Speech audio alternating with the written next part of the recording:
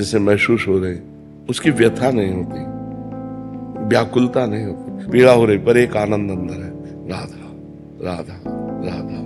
तो आज की गरीबी, आज का दुख, आज की समस्या को देखकर हम भगवान का आश्रय न छोड़ें, भजन न छोड़ें। एक समय आएगा ये सब समस्याएं धूल धूसरित हो जाएंगी।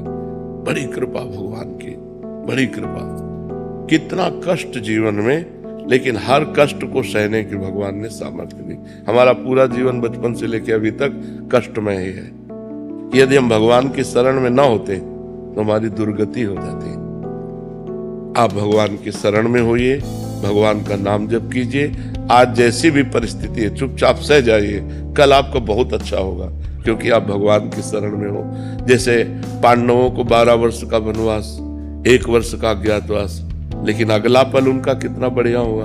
कौरवों का विनाश हो गया और चक्रवर्ती सम्राट पद पर हस्तिनापुर के पांडव ही तो विराजमान हुए। इसलिए धर्मात्मा पुरुष को वर्तमान में कष्ट मिल सकता है, उसको धैर्य पूर्वक रहना चाहिए कि हमारे प्रारब्ध क्षय हो रहे हैं, पर हम भगवान की शरण में हैं, तो बिना भाग्य के भी अब हमारा मंगल होगा। हमारे भाग्य में जो मंगल नहीं लिखा वो भी मंगल होगा, क्योंकि भगवान की शरण में है। वो कर्तुम अकर्तुम अन्यथा कर्तुम है। जैसे मुकदमे में हार गए और मुझे फांसी की सजा हो गई, एक राष्ट्रपति माफ कर सकता है। राष्ट्रपति को निवेदन किया जाए, वो माफ कर सकता है। तो हम पाप किए हैं, अब एक भगवान की शरण में हो जाओ। वो समस्त ब्रह्मांडों के स्वामी, वो कह रहे हैं अहम त्वाम सर्व पापेभ्यो मोक्षयिष्यामि मा शुचा। मैं तुम्हें समस्त पापों से मुक्त कर दूंगा, पवित्र कर दूंगा। तो भगवान की शरण में हो जाओ, खूब नाम जप करो। हम देखो, अब एक आदमी का अगर पर्स जाता 1500 रुपए तो होंगे ही, वो आदमी विक्षिप्त हो जाता है यार, उसी की चिंतन में रहता। आपने थोड़ा भजन किया, विवेक प्रकट हुआ, आप सह गए। आप ऐसे बड़ी से बड़ी समस्या को सह सकते हैं जब आपके पास भजन रूपी धन होगा। इसलिए खूब भजन करो और शांत रहो, और देख लेना जितना गया है ना, ये बहुत कम गया है। वृंदावन में या भगवत मार्ग में जब हम कदम रखते हैं, हमारी कोई हानि होती है, तो जब बहुत बड़ी हानि होनी होती है वो छोटे में चली जाती है, और इसका ब्याज सहित आपको मिलेगा। जब आपको मिले तो देख लेना ब्याज सहित मिलेगा। वो कभी किसी का रखता नहीं। अगर आपका किसी ने खींच लिया है तो मालिक देख रहा है, वो सरकारी हिसाब से आपको देगा, आप चिंता न करें। निहाल जी, राधे राधे महाराज जी। गुरुदेव भगवान, चरम सुख हो या परम दुख हो, चाहे अनंत भक्ति हो या प्रेम हो या विरह हो, प्रत्युत्तर में केवल अश्रु ही मिलते हैं महाराज जी। अश्रु ही कैसे जानते हो तुम? चरम सुख देखा है क्या? परम सुख देखा है क्या? परम दुख पाया है क्या? केवल अकल लड़ा रहे हो। परमानंद की जब अनुभूति होती है तो उसमें आनंद के ऐसे अश्रु होते हैं जिन अश्रुओं के लिए ब्रह्मा जी भी तरसते हैं। सबको एक लाइन में खड़ा कर दिया। विरह को जानते हो? बड़े बड़े तपस्वी महान भजनानंदी भगवान से विरह मांगते हैं, मैं आपके लिए तड़पूं, आपके लिए रोऊं। क्या सांसारिक दुख है क्या? वो महासुख, परम सुख। सामने श्याम सुंदर है, उनकी रूप माधुरी देखते हुए वो रुदन कर रहा है, वो सतरति सतरति सा लोकांतार्यति, वो स्वयं तर जाता, लोगों को तार देता है। अभी कहाँ जाने? कुछ पाया है क्या? कुछ नहीं, केवल अकल लड़ाकर शब्दावली से प्रश्न कर रहे हो। तो कैसे अनुभव में आए, बोलो जी। 1 साल पहले वृंदावन का आपकी वजह से, आपके कारण से प्राप्त हुआ। मैं एकांतवास में अकेले जॉब कर रहा हूँ, तो वहां पर जो भी आपकी शब्दावली में मिला है कि एकांत में जो भी अपने ऊपर काम कर सको, महाराज जी अश्रु ही मिलता है जब भी याद करते हैं वृंदावन को या कुछ भी करते हैं। अश्रु का मतलब क्या होता है? दुख या सुख? महाराज जी नहीं पता। तो फिर उसको एक लाइन में क्यों खड़ा कर दिया? परम दुख, परम सुख, ब्रह्मानंद को भी, विरह को एक लाइन में कैसे खड़ा कर दिया? हमारी जो प्रश्नावली है वो एक लाइन वाली नहीं। अभी सात्विक सतोगुण का भाव आता है, 2-4 बूंद आंसू गिर जाते हैं। कभी ऐसा थोड़ी घंटा 2 घंटा शरीर शुद्धि भूल गई और भगवान में डूबे हुए, ऐसा है क्या? अभी उस स्थिति को नहीं हुआ। कभी ऐसा 1 मिनट भी हुआ कि शरीर को भूल गए जागृत में? शरीर की शुद्धि नहीं, परमात्मा का वृत्ति कैसे? अभी आनंद का तो अभी स्वाद ही नहीं मिला। अभी तो सतोगुण है, थोड़ा सतोगुण आया, भाव बना, रोने लगे प्रभु के प्रति। लेकिन गुणातीत भाव गुणातीत भाव, विरह, ब्रह्मानंद, परमानंद, ऐसा थोड़ी है। अभी तो आगे बढ़ो, ऐसे नहीं। नरेश कुमार जी, हरियाणा से। राधे राधे महाराज। महाराज जी, मेरा प्रश्न यह है कि परलोक के लिए भगवान का भजन आवश्यक है, इस लोक के लिए संसार का काम आवश्यक है, तो परमात्मा की प्राप्ति के लिए किस मार्ग में चले महाराज जी? दोनों कार्य कर। मां मनुष्मर युद्ध च, युद्ध माने कर्तव्य। अपने कर्तव्य का पालन करते हुए यदि हम राधा राधा रट रहे हैं, राम राम रट रहे हैं, तो नाम जप से परलोक बनता जाएगा और कर्तव्य कर्म से धन की प्राप्ति होगी, जिससे हमारे परिवार का पोषण होता रहेगा, शरीर का पोषण होता रहेगा। कर्तव्य कर्म में जैसे किसानी है, व्यापार है, नौकरी है, कोई भी पद है, अपने पद का ईमानदारी से यदि हम बर्ताव करें, घूस न लें, बेईमानी न करें, धर्म पूर्वक पालन करें, तो उसी से हमें भगवत प्राप्ति हो जाएगी। वो हमारी हो गई पूजा, जिससे हमारी दिनचर्या चलेगी, और नाम जब चल रहा है साथ में, उससे हमारा परलोक बन जाएगा। तो नाम जप करते हुए हर कार्य करने का अभ्यास करें, तो इस लोक और परलोक में दोनों जगह सुख की प्राप्ति हो जाएगी। अपना कर्तव्य कर्म बहुत श्रेष्ठ है।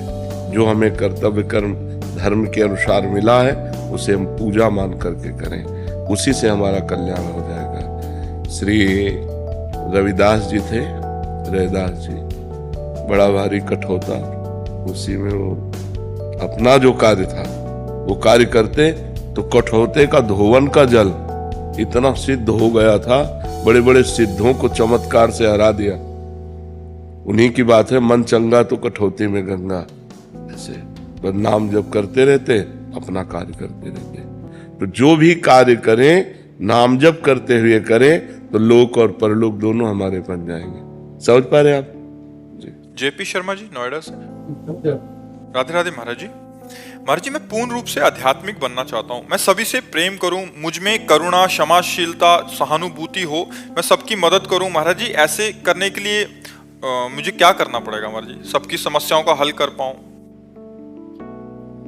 उड़िया बाबा जी बचपन में सोचा, मैं अन्नपूर्णा को प्रसन्न करके कुछ ऐसा बटलोई टाइप प्राप्त करूं जिससे किसी को भूखा ना देख सकूं।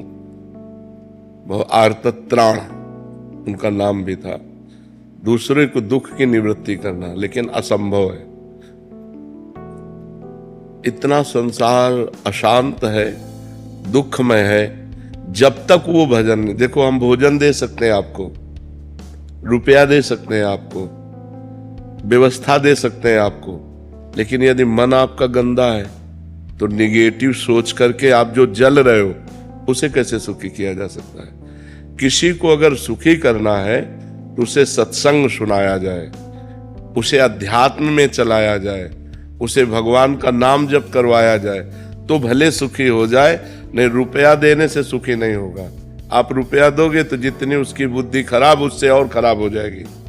तो हम किसी को अगर सुखी करना चाहते हैं, तो उसकी बुद्धि को शुद्ध करना होगा। केवल भोजन देने मात्र से, या दवा देने मात्र से, या धन देने मात्र से हम किसी को सुखी नहीं कर सकते। अगर उसकी बुद्धि शुद्ध है और पॉजिटिव सोच है, तो भूख में भी वो सह लेगा और आनंदित रहेगा। अगर बुद्धि निगेटिव है, तो तुम खवाओ भोजन, इसके बाद जाके वो गलत काम करेगा, अशांत हो जाएगा, क्योंकि उसकी बुद्धि ठीक नहीं है। सबको सुख प्राप्त करने के लिए एकमात्र उपाय है भगवान की शरण में होकर भगवान का नाम जप करना। हम किसी को सुखी करना चाहें, तो उसे भगवान में लगाएं, उसको नाम जप करवाएं, उसको सत्संग सुनावें, उसको धर्म से चलना सिखाएं, उसके पाप आचरण हटवाएं, तभी हम सुखी कर सकते हैं। ये दवा दे के, पैसा दे के, भोजन दे के, कपड़ा दे के, वो तो निमित्त मात्र सुख है। वास्तविक सुख की प्राप्ति भगवान से होती है, धर्म से होती है। आज लोग धर्म का आचरण त्याग रहे हैं। आज उनको पता नहीं मेरा धर्म क्या है। चंद रुपयों के लिए मनुष्य को कुछ नहीं समझ रहा है। चंद रुपयों के लिए मनुष्य को काट रहा है। तो हमें लगता है जब तक बुद्धि शुद्ध नहीं होगी, तब तक परोपकार सही नहीं हो पाएगा। परोपकार तभी है जब उसका मंगल हो, और उसका मंगल तभी होगा जब बुद्धि शुद्ध हो, और बुद्धि शुद्ध तभी होगी जब वो धर्म से चलेगा, और धर्म से तभी चलेगा जब सत्संग सुनेगा और नाम जप करेगा। क्यों? बिल्कुल ठीक जी। राखी दत्ता जी दिल्ली से।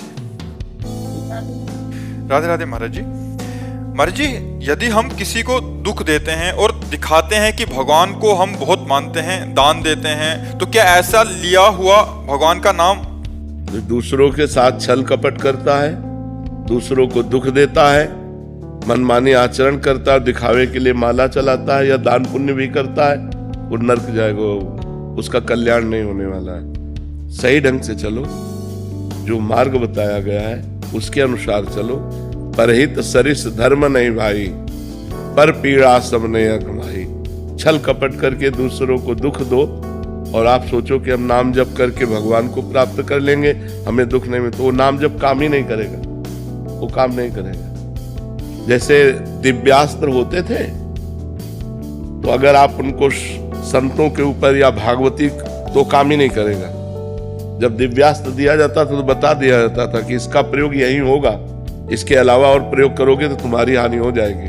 तो ऐसे नाम दिव्यास्त्र है, बहुत समुद्र से पार होने के लिए है, लेकिन आप उसका पाप में प्रयोग करें, नरक जाओगे, बचोगे नहीं, वो दिव्यास्त्र काम नहीं करेगा। हाँ, हम अपने आचरण सुधार रहे हैं, किसी को कष्ट नहीं दे रहे, अच्छे मार्ग में चल रहे हैं, फिर राम राम कह रहे हैं, वो राम राम आपको बहुत समुद्र से पार कर देगा।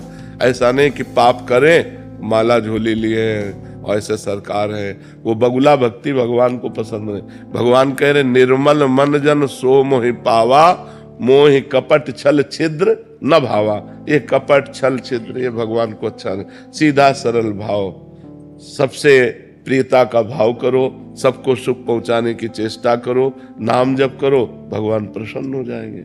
ये छल कपट द्वंद्व दुख दूसरों को देने वाला ऐसा नहीं। सौम्या जी दिल्ली से। राधे राधे महाराज जी। महाराज जी, अगर इंसान को इस संसारिक नकारात्मकता से बचकर रहना है तो उसे क्या करना? नाम जप करना है। नाम जप, जितना नाम जप करोगे उतना ही नकारात्मक सोच नष्ट होकर सकारात्मक सोच बनती चली जाएगी। नाम जप में इतनी बड़ी सामर्थ्य है कि भगवान को अधीन कर ले। सुमिर पवन सुत पावन नामू, अपने बस करी राखे रामू। भगवान को अधीन कर ले, नामी को अधीन कर ले, भगवान पीछे पीछे डोले। यदि अधिक नाम जप करो तो भगवान पीछे पीछे डोले। तो इसलिए हमारी बुद्धि सकारात्मक सोचमयी हो, इसके लिए खूब नाम जप करें। और नाम जप हो इसलिए संत संग करें, संतों का संग करें, सत्संग सुने, शास्त्र स्वाध्याय करें। जो छोटी छोटी पुस्तिकाएं गीता प्रेस से प्रकाशित है, राधा बाबा, भाई जी, स्वामी राम सुखदास जी, जयदयाल गोयनका जी, इन महापुरुषों की वाणियों को पढ़ना चाहिए और खूब नाम जप करना चाहिए। हेमा चौहान जी। गुरु जी, जैसे आपसे सुना है कि 8 करोड़ नाम जप से सभी मनोकामनाएं पूरी होती हैं, तो क्या मेरी अखंड वृंदावन वास की इच्छा भी पूर्ण हो सकती है महाराज जी? श्री जी प्रसन्न होंगी जब हम नाम जप करेंगे, तो जरूर हमें वृंदावन वास दे देंगी। जिनको वृंदा विपिन है, कृपा तिनहि की होए, वृंदावन में तबहि तो रहन पाए सोए। ये वृंदावन महारानी जी का है, लाडली जी का है। करोड़ तो बहुत बड़ी बात है। अगर रो रो कर ऐसे ही पुकारने लगो, प्रिया जी मुझे वृंदावन वास दे दो, तो हो सकता है बहुत जल्दी पास कर दे। उनका वृंदावन है, जब तक वो पास नहीं करेंगे तब तक रोना पड़ता है। हम भी रोए हैं, एकांत में बैठकर रोए कि मुझ गरीब को वृंदावन वास दे दो। काशी से आए थे ना, तो यहाँ जब श्री जी से रोए तो फिर उनका कृपा प्रसाद हो, देखो से पूर्ण। हाँ, तो बस श्री जी से रो अंदर से। कबीरा हंसना छोड़ दे, रोने से कर प्रीति, बिन रोए किन पाइया प्रेम प्यारा मीत। उनसे प्यार करो, उनको पुकारो, वो सुन रहे हैं। जहां आप बोल रही हो वहीं वो सुन रहे हैं। उनके कान बिल्कुल आपके नजदीक हैं। पुकार पुकार कर कहिए कि मुझे वृंदावन वास दीजिए, तो लाडली जी बहुत कृपालु है, बहुत दयामयी है, वो वृंदावन वास दे देंगे। प्रियंका जी बेंगलुरु से। राधे राधे महाराज जी। महाराज जी, कल मैंने आपको पहली बार देखा, बहुत कुछ सोच रखा था कि ये बोलूंगी, लेकिन जब आपको देखा तो कुछ भी बोल नहीं पाई, सिर्फ खुश हो गई, हृदय में आनंद आया, अलग ही आनंद था। क्या यही प्रेम का आनंद है? जरूर। भगवान के नाम, भगवान के प्रेमी जन, भगवान के भक्त जन को देखकर हृदय आनंदित हो तो ये भगवान का प्रेम है। ये उनसे प्रेम नहीं, ये भगवान का प्रेम है। जब हनुमान जी को विभीषण जी ने देखा ना, बहुत आनंद आ रहा है, बहुत आनंद आ रहा है। तो कह रहे हैं कि तुम राम दीन अनुरागी, आयो मोय करन बड़ भागी, कि तुम हरिदासन मां कोई, मोरे हृदय प्रीति अति हुई। मेरे हृदय में बहुत आनंद हो रहा है। या तो तुम भगवान के भक्तों में कोई श्रेष्ठ भक्त हो, और या स्वयं भगवान हो जो मुझे कृतार्थ करने आए हो। तो उन्होंने कहा नहीं, मैं भगवान नहीं, मैं भगवान का दास हूँ, मेरा नाम हनुमान है, मैं तो असमय अधम सखास हूँ। तो भक्तों के दर्शन से जो एक आनंद होता है वो भगवान की प्रीति से होता है, क्योंकि वो भगवान के जन होते हैं। देवेंद्र जी गंगानगर से। राधे राधे। राधे राधे महाराज जी। महाराज जी, लोग सत्य मार्ग पर चलने व बोलने पर समाज व रिश्तेदार सत्य का साथ न देकर गलत का साथ देते हैं। हमें सत्य पर चलने वालों को तुच्छ समझकर समाज से अलग व विरोध करते हैं। ऐसा क्यों महसूस करवाते हैं कि सत्य बोलना गलत है, गलत को ही प्राथमिकता देते हैं? महाराज जी, ये सब। ब्रह्मा जी के 4 पुत्र हैं, सतयुग, त्रेता, द्वापर, कलयुग। सतयुग से कहा, बेटा हमने नरक का निर्माण किया है, ध्यान देना। तो सतयुग ने कहा, हमारे राज्य में कोई नरक नहीं जाएगा। त्रेता से कहा, तो उनका हम बड़े भैया का अनुसरण करेंगे, सतयुग का। द्वापर से कहा, उन्होंने कहा विचार करेंगे कि आपकी आज्ञा का पालन करें। कलयुग से कहा, तो कलयुग ने कहा, जैसे बड़े भैया ने कहा हमारे राज्य में कोई नरक नहीं जाएगा, ऐसे वादा करते हैं हमारे राज्य में कोई स्वर्ग नहीं जाएगा, सीधे नरक हाउसफुल करेंगे, इसीलिए कोई साथ नहीं देता कलयुग में। बात समझ रहे हो ना? अगर आप सत्य से चलोगे तो आपको विरोध करने वाले मिलेंगे, शाबाश कहने वाले नहीं मिलेंगे। आपको नीचे गिराने वाले मिलेंगे, लेकिन आपको ये नहीं कहेंगे वाह धन्य है यार, तुम हमारे कुल में पैदा हुए, सत्य पर चलने, धन्य है तुम हमारे मित्र हो, सत्य पर चल रहे हो, हमारे गांव के हो, सत्य पर चल रहे हो, बहुत सुंदर। अगर तुम किसी की जरूरत पर 500 रुपया दे दोगे तो तुम्हें बेवकूफ समझेगा, भोला है। आप जानबूझ करके उसका हित कर रहे हो, वो आपकी बेइज्जती करेगा। ये कलयुग का स्वभाव है, ये कलयुग का प्रभाव है। कोई किसी का हित नहीं करता। आप अपने को सत्य मार्ग में चलाइए, सिर्फ भगवान आपका साथ देंगे, इंसान आपका साथ नहीं दे सकता, क्योंकि इंसान कलयुग से प्रभावित है। और जो धर्म से चलने वाले हैं वो आपको बहुत प्यार करेंगे। देखो, आप लोग कहीं ना कहीं धर्म का आश्रय लें तो आप हमें प्यार कर रहे हैं कि नहीं? तो ऐसा नहीं है कि कोई प्यार नहीं करेगा, नहीं, कोई करेगा, वो भगवान करेंगे। और जब भगवान की कृपा आपके ऊपर होगी तो फिर सब प्यार करेंगे। जहां पर कृपा राम की हुई, ता पर कृपा करे सब कोई। हाँ, तो भगवान से प्यार चाहो। कोई इंसान तुम्हारा सपोर्ट करे, मुझे लगता है ऐसा बड़ा मुश्किल है, बड़ा मुश्किल बच्चा। इसलिए धर्म से चलो, किसी इंसान के सपोर्ट या उससे हम धर्म अपना नहीं छोड़ेंगे। फिर माता पिता को तकलीफ होती है गुरुदेव, तो बुरा करना, हमने सत्य के मार्ग पे चल के सही किया जी, तो माता पिता को, वो गलत लोग होते हैं कुछ गांव में, वो कहते हैं कि आपके लड़के ने देखो ऐसे। किसी की नहीं, किसी की भी बात नहीं माननी। सत्य के लिए सबका त्याग करना है। अगर माता पिता भी सत्य से विचलित हैं तो जाके प्रिय न राम वैदेही तजिए ताहि कोटि बैरी सम जद्यप परम। सत्य का मार्ग अकेला होता है। सत्य के मार्ग पे प्रहलाद जी चले तो हिरण्यकश्यप पिता है, विरोधी हो गया ना। सत्य के मार्ग पे चले तो कैकेयी जी विरोधी हो गई ना। राम जी को 14 वर्ष का वनवास भगवान के। सत्य के मार्ग पे चले तो बलि जी के गुरु ही विरोधी हो गए। बलि जी जब 3 पग पृथ्वी दान करना चाहे तो शुक्राचार्य जी मना कर। सत्य के मार्ग पे चलने में गोपियों के पति विरोधी हो गए। तजो पिता प्रहलाद विभीषण बंधु भरत महातारी गुरु बलि तजो कंत ब्रज बनितन भे मुद मंगलकारी। सब मंगल करने वाले बन गए, इसलिए ऐसा नहीं। फिर गुरुदेव मन में शंका होती है कि हम माता पिता को कैसे खुश रख। नहीं, कोई खुश हो या ना हो, सत्य अगर सही ढंग से चल रहे हो तो पूरे विश्व को खुश करने की सामर्थ्य आ जाएगी। थोड़ी देर के लिए वह संतुष्ट होंगे, उनका भी कल्याण हो जाएगा। असत्य पे चलने से उनका भी पतन हो जाएगा और सत्य से चलने से उनका भी मंगल हो। आज वो खुश नहीं, लेकिन उनका परिणाम बहुत अच्छा मिलेगा, क्योंकि आप उनकी संतान हो। यदि नाम जप करते हो, धर्म से चलते हो, कोई पाप कर्म नहीं करते, तो तुम अपने माता पिता का भी कल्याण कर दोगे। वर्तमान में वो गाली देंगे, लेकिन अंत में उनका कल्याण होगा। और अगर अभी गलत चलोगे तो वर्तमान में भले रुपया लेके उनको दे जाके, लेकिन वो भी नरक जाएंगे और आप भी नरक जाओगे। तो हमें चाहिए सत्य पे चलना, कुछ भी हो जाए। सत्य पे चलने वाले किसी की परवाह नहीं करते, किसी की भी। 2 साल से अकेले ही चल रहे हैं मार्केट। नहीं, भगवान सबके साथ हैं। हम तो बचपन से अकेले चल रहे हैं। विचार करो, 11 वर्ष की अवस्था से भागे थे इस सत्य के मार्ग में, तो भगवान निर्वाह करके अब 55-56 की जो भी अवस्था है निर्वाह कर दिया। बहुत बड़ी जिंदगी निर्वाह कर दी, भगवान निर्वाह करते हैं। प्रकाश गुप्ता जी, राधे राधे महाराज जी। महाराज जी, मीरा भाई जी रामकृष्ण परमहंस जैसे संतों के जीवन से प्रेरित होकर मैंने एक गुरु की कामना की। ईश्वर ने मेरी प्रार्थना सुन ली और आपको गुरु रूप में मेरे लिए भेजा।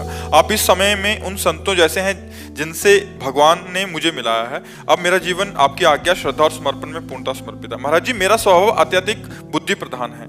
हर एक चीज को तर्क और विवेक से देखता हूं, पर भीतर कहीं ये भी समझ है कि आध्यात्मिक पथ पर भाव, श्रद्धा और समर्पण ज्यादा आवश्यक है। कृपया मार्गदर्शन दे कि मैं बुद्धि प्रधानता से भाव प्रधानता की ओर कैसे बढ़ सकता हूँ। बुद्धि प्रधानता कोई नुकसान वाली चीज थोड़ी है। कितना लगाओगे बुद्धि, उस अनंत में कितना लगाओगे। तुम्हारी बुद्धि ब्रह्मा जी के द्वारा बनाई हुई एक अंश में है। अनंत ब्रह्मांड है, कितने जीव हैं, एक बुद्धि है। उस अनंत परमात्मा में तुम्हारी बुद्धि कितनी काम करेगी। जैसे एक सीपी है, वो समुद्र को उलीचना चाहे तो उलीच पाएगी क्या? तो हमारी बुद्धि सीपी की तरह है और भगवान समुद्र की तरह है। तो बात श्रद्धा से बनेगी। ज्ञान भी श्रद्धा से ही होता है। श्रद्धावान लभते ज्ञानम तत्परा संयतेन्द्रियः ज्ञानम लब्ध्वा पराम शांति मचरेणाधिगच्छति। बात मान लो और उस पर चल दो, तो उसमें फिर अनुभव होने लगेंगे।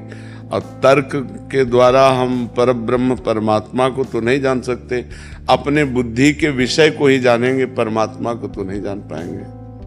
जैसे किसी व्यक्ति को मिलते हैं तो उसके गुण दोष देखने की इच्छा क्यों होती है? मतलब उनको ना देख के उससे आगे बढ़े। कोई भी चीज आती सामने, उसका गुण, ये व्यक्ति अच्छा है, ये बुरा है, ये सब चीज नहीं। तो जब किसी व्यक्ति को देखो तो परम बुद्धिमानी तो यह है कि उसमें परमात्मा को देखो। तात सुनो मायाकृत गुण और दोष अनेक। हे तात सुनो, माया के द्वारा रचे हुए गुण और दोष अनेक हैं हर प्राणी में। गुण या उभय न देखी सो अविवेक। सबसे बड़ा गुण यह है कि हम गुण दोष ही न देखें, परमात्मा देखें। सब में परम तत्व परमात्मा विराजमान है, ये बात देखें। अगर हम गुण दोष देखेंगे तो परेशान हो जाएंगे। हर व्यक्ति के रचना है, कुछ परसेंट दोष हैं और कुछ परसेंट गुण हैं। केवल गुण ही गुण, ये तो महात्मा में होते हैं जो भगवान में प्राप्त हैं या भगवान में स्थित हैं। बकाया अगर जो त्रिगुण के अंतर्गत है तो कुछ गुण और कुछ दोष, तो उसके लिए भी गोस्वामी जी ने कहा, जड़ चेतन गुण दोष में विश्व की न करतार, संत हंस गुण गाहे पे परिहरिवार विकार। जैसे हंस के सामने दूध और पानी भर के रख दो तो दूध पी जाएगा, दूध पानी मिला के पानी छोड़ देगा। कितनी बड़ी प्रवीणता है। ऐसे ही तुम्हारी बुद्धि की प्रवीणता हो, जड़ चेतन गुण दोष में। जड़ चेतन मिक्स, गुण दोष मिक्स। अब तुम हंस वाली बुद्धि धारण करो कि जड़ को छोड़ दो, चैतन्य को स्वीकार कर लो और दोषों को त्याग कर दो, गुण को स्वीकार कर लो। संत हंस गुण गाहे पे परिहरिवार विकार। संत विकार दोष रूपी जल का त्याग करके गुण रूपी दूध ले लेते हैं। सब में गुण है, सब में भगवान विराजमान है। तो हम उत्तम बुद्धि रखें। वासुदेवा सर्वमिति समहात्मा सुदुर्लभा। सब में भगवान विराजमान है। या कुछ ना कुछ गुण सब में है, तो भगवान का भजन करो तो ये बुद्धि का दोष है आपकी, ये आपकी बुद्धि का दोष है जो व्यक्ति के गुण और दोषों का दर्शन करती है। व्यक्ति में भगवान छुपे हैं ये दर्शन नहीं करती। सिय राम में सब जग जानी, करो प्रणाम जोरि जुग पानी। सबको प्रणाम करते हैं क्योंकि सब में भगवान सिया राम विराजमान है। यह है बुद्धि की बात, सब में राधे श्याम विराजमान है। पर हम गुण दोष देखें तो हमारी बुद्धि दोष युक्त है। अभी हमें भजन और करना चाहिए और बढ़ाना चाहिए भजन, जिससे हमारी बुद्धि पवित्र हो जाए। समझ रहे हैं? पंकज जी कोटा से। राधे राधे महाराज जी। महाराज जी, लोग तीर्थ स्थान पर तीर्थ याटन करते हैं, जबकि भगवान सभी जगह हैं, कन कन में हैं, तो धार्मिक स्थलों पर जाना चाहिए या नहीं महाराज जी? मेहंदी में लालिमा होती है ना, पर मेहंदी के पूरे पेड़ को चीर डालो, कहीं लालिमा दिखा दो तुम तुम्हें समझे नहीं ना। उसकी एक प्रक्रिया है ना। उसके पत्ते तोड़िए, उसको बांटिए, बांट के लगाइए, आधा घंटा लगा रहने दीजिए, फिर धो दीजिए। दूध में घी है, पूड़ी पका सकते हो, लेकिन घी है उसी में। उसकी एक प्रक्रिया है, उसको दही बनाओ, मंथन करो, मक्खन निकालो, फिर उसको तप्त करो, तब वो घी बन जाएगा। समझ रहे ना? ऐसे परमात्मा सर्वत्र है। चीर फाड़ डालो किसी को कहीं भी अगर मिल जाए तो बताओ। उसकी प्रक्रिया है साधना के लिए हमें पवित्रता चाहिए। तो हम भगवान के परम पवित्र दिव्य स्थानों में जाते हैं, हरिद्वार, काशी, इनमें हमें पवित्रता मिलती है। जब हमारा हृदय पवित्र होता है तो हमारे अच्छे भाव होते हैं, तो वो भाव भगवान को समर्पित हो जाते हैं और हमें भगवान का अनुभव हो जाता है। जब हमारा भाव बन जाए ना, तो हम कुत्ते से भी भगवान प्रकट कर सकते हैं। हमारा भाव बन जाए तो हम ईंट से भी भगवान प्रकट कर सकते हैं। हमारा भाव ना बने तो भगवान में भी भगवान नहीं दिखाई दे रहे। दुर्योधन का भाव नहीं है भगवान के प्रति, तो श्री कृष्ण को एक बहुत विद्वान प्रवीण यदुवंशी समझता, वो भगवान नहीं मानता। दुर्योधन भगवान नहीं मानता। जब भगवान ने विराट रूप दिखाया तो बंदी बनाने की कोशिश की। वो भगवान को मनुष्य मानता रहा, कभी भगवान नहीं माना। तो बात समझ में आई? ये जो तीर्थ बने हैं ये पावर है, अध्यात्म के पावर है। जैसे गंगा जी नहा के आप देखो कैसा लगता है, एकदम फ्रेश, लेकिन नियमानुसार। अब गए कुल्ला कर रहे हो, थूक रहे हो और मल रहे हो, साबुन लगा रहे हो, कोई अनुभव नहीं होगा। गए साष्टांग दंडवत किए, माथा में जल रखा और गए चुपचाप 5, 7, 11 डुबकी लगाई, एकदम बाहर हो गए। देखो एकदम आनंद आएगा। वृंदावन आए, परिक्रमा लगाओ, बिहारी जी के दर्शन करो, किसी का दिया हुआ कुछ खाओ मत, रजरानी लगाओ, नाम जप करो। जब जाओगे तो एक अच्छा अनुभव होगा, एक आनंद अनुभव होगा। अब यहीं आओ, इधर उधर सब गंदगी करो, तो जब जाओगे तो कुछ हाथ नहीं लगेगा।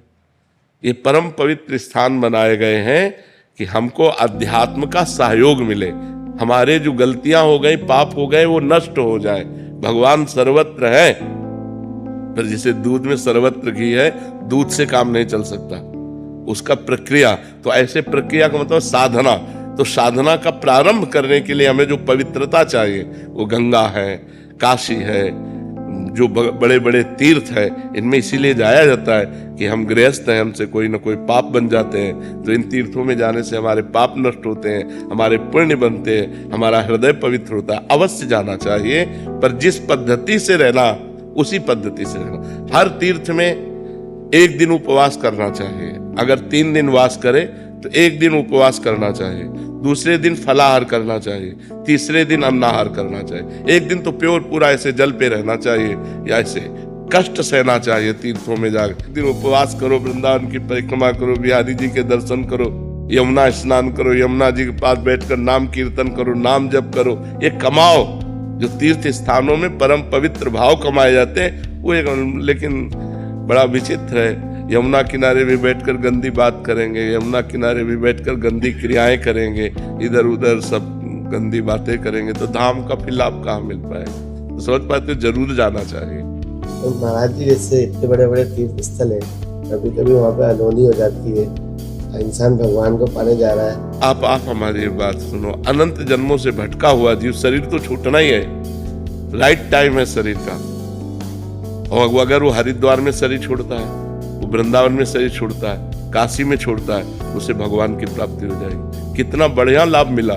शरीर तो छूटना ही था, लेकिन शरीर ऐसी जगह छूटा कि भगवान की प्राप्ति हो गई। तो इसमें लाभ हुई कि हानि हुई? लाभ। हमें नेगेटिव नहीं सोचना, हमें पॉजिटिव सोचना है। काशी है, वृंदावन धाम है, हरिद्वार है, गंगा का तट है, यमुना का तट है, इनके किनारे प्राण निकलते हैं तो जीव की उत्तम गति होती है। प्राण तो निकलने थे, लेकिन यहाँ निकले, ये उत्तम गति हुई। जैसे आपके 100 रुपया जेब से बिहारी जी के सामने कट गए, तो निश्चित मान लो करोड़ों का नुकसान होना था। आप वृंदावन आए तो धाम की कृपा से मात्र 100 रुपये में वो कार्यक्रम हो गया तुम्हारा। अब वो अगर तुम पॉजिटिव नहीं सोचते तो नेगेटिव सोचकर चलोगे, तुम आए ना तो तुम्हारा मंगल हो गया। करोड़ों का नुकसान भगवान ने 100 रुपये में निपटा दिया। या ठोकर लगी, थोड़ी चोट लग गई, बहुत बड़ी हानि थोड़ी सी चोट में निपटा दी। उसे हम नेगेटिव क्यों सोचे, उसे हम पॉजिटिव सोचे। जो सत्य है, जो सत्य है, ये परम सत्य है, कोई बहानेबाजी नहीं है, ये परम सत्य है।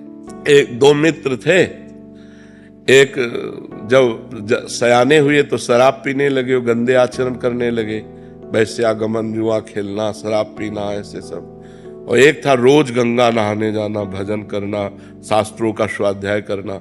तो बहुत दिनों के बाद दोनों मित्र मिले, दूर से देखा वो गंगा नहाने वाला आ रहा है, और उसने देखा कि वो हमारा मित्र जो भटक गया गंदे आचरणों में, वो आ रहा है। तो जो गंगा नहा के आ रहा तो एकदम नीचे देखा तो खजूर का कांटा घुस गया उसके पैर में, नंगे पैर गंगा नहाने गया था, और उसके ठोकर लगी जो पाप कर्म करता था। तो एक थैली मिली असरफियों की, तो उसने कहा रोज गंगा नहाता है, राम राम रटता है, क्या हुआ, देख खजूर का कांटा, मैं मनमानी आचरण करता हूं और देखिए थैली मिली।